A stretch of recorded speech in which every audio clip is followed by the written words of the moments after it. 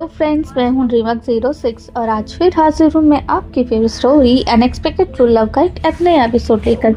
Episode number 124, अरमान की जान खतरे में।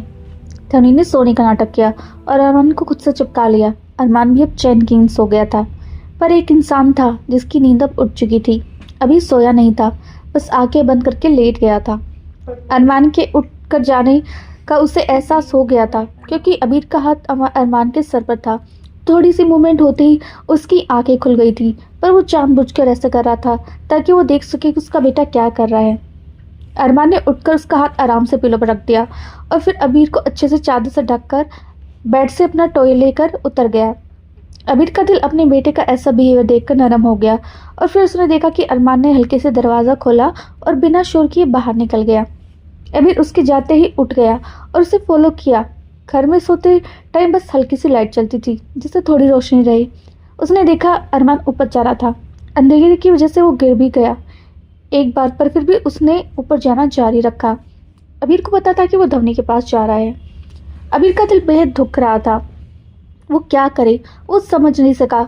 अगर अब भी धवनी ने दरवाज़ा नहीं खोला तो अरमान का दिल ज़रूर टूट जाएगा, पर शुक्र है ऐसा नहीं हुआ। धवनी दरवाज़ा खोल के सो रही थी। अबीर अपने कमरे में वापस आ गया और लेट गया। उसे नींद नहीं आई। सारी रात करवटें बदलते हुए निकल गई। अगली सुबह सारे सर्वेंट्स धवनी के आने का वेट कर रहे थे कि वो आकर बता दे कि खाना वो बनाएगी या वो बनाए। 7 से 8, 8 से ऑलमोस्ट 9 बजने वाले थे, मगर धवनी नहीं आई।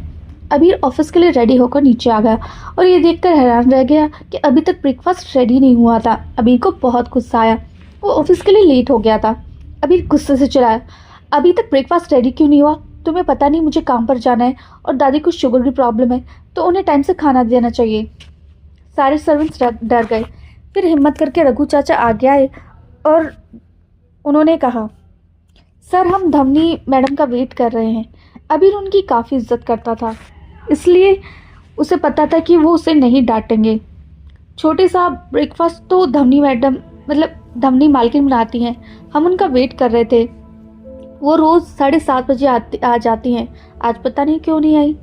अब वो धवनी रह रही, अब वो रीवा बन चुकी है।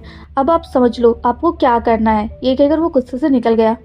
रघु चाचा चिल्लाते रह गए, अबीर बेटा खाना तो खा लो। भूख नहीं है, ये कहकर अबीर बाहर निकल गया।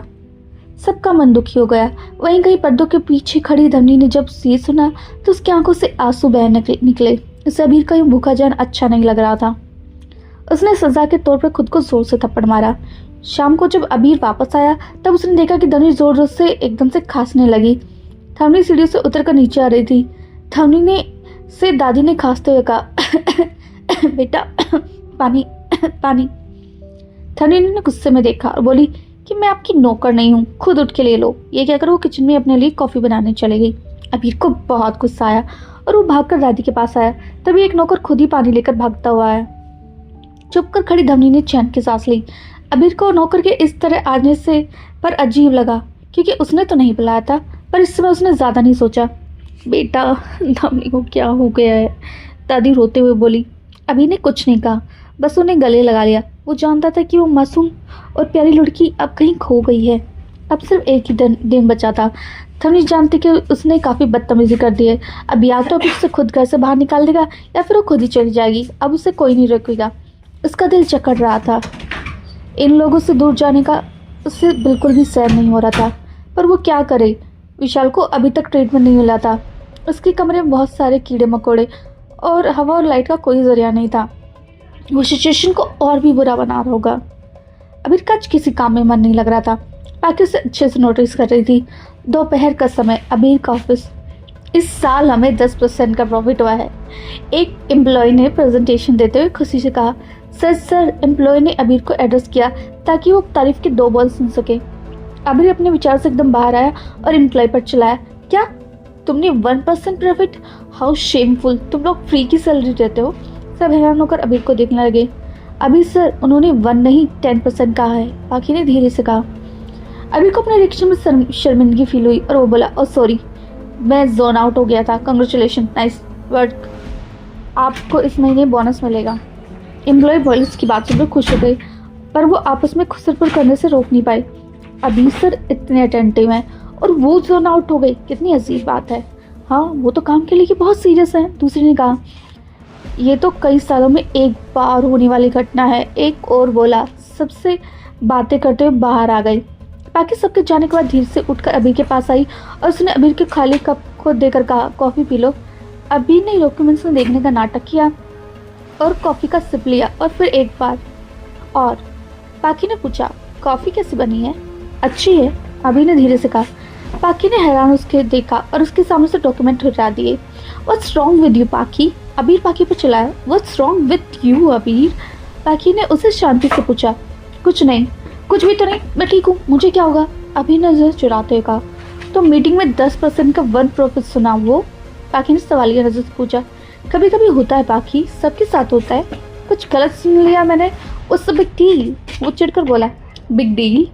पाकी ने खाली कप उसके आगे हाथ से उठाकर बढ़ा दिया। और ये कॉफी? उसने पूछा।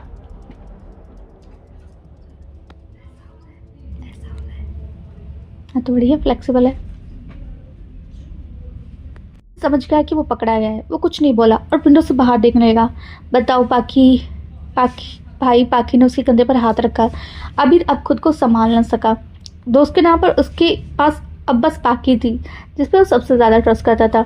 अबीर ने अपनी आंखें बंद कर बोला, धमनी बदल गई है पाकी। मतलब? पाकी ने कंफ्यूज होकर पूछा।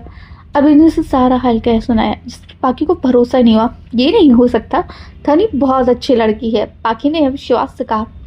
पहले मुझे भी यही लगता था, इसलिए मैंने उसे अरमान के पास आने दिया।